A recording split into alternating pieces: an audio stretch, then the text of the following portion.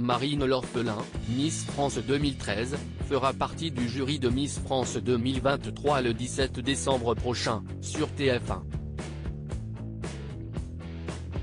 Pour Télé Loisirs, elle se confie notamment sur les remarques sexistes qu'elle a reçues au cours de ses études et dans son métier de médecin, après son sacre.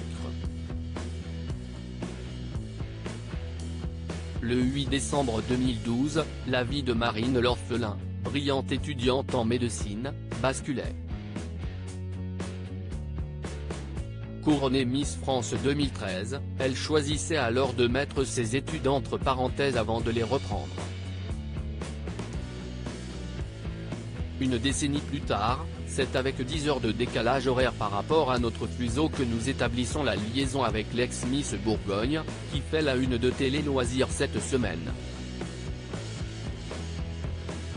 À 29 ans, celle-ci vit et travaille comme médecin généraliste à Nouméa, en Nouvelle-Calédonie, se confie sur les comportements et remarques parfois déplacés qu'elle a subis depuis son élection.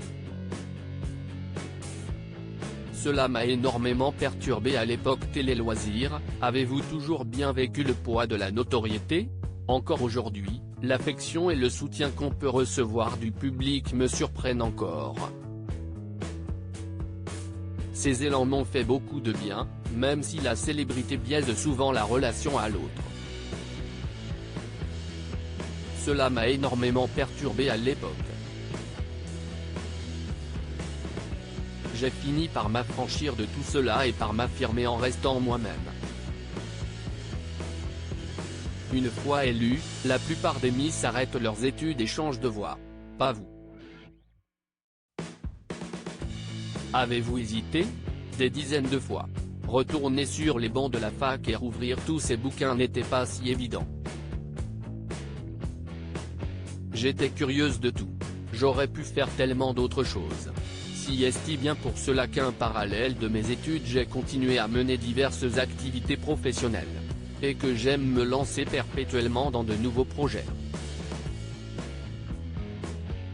L'hôpital était un milieu encore extrêmement sexiste. Avez-vous souffert de préjugés durant vos études?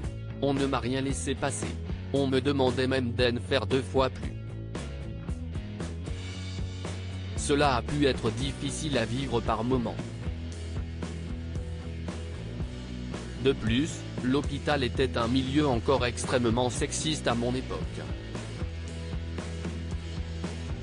Cela a pu évoluer un peu. Je me rappelle d'un stage en particulier, où je me rendais à reculons, jamais maquillée, hyper masculine, en jeans et gros pull. Ex-Miss France, je vous laisse imaginer les remarques que j'ai entendues. L'attitude de certains médecins a parfois été à la limite du harcèlement sexuel. Heureusement, cela n'a pas été toujours le cas et j'ai aussi croisé de la bienveillance.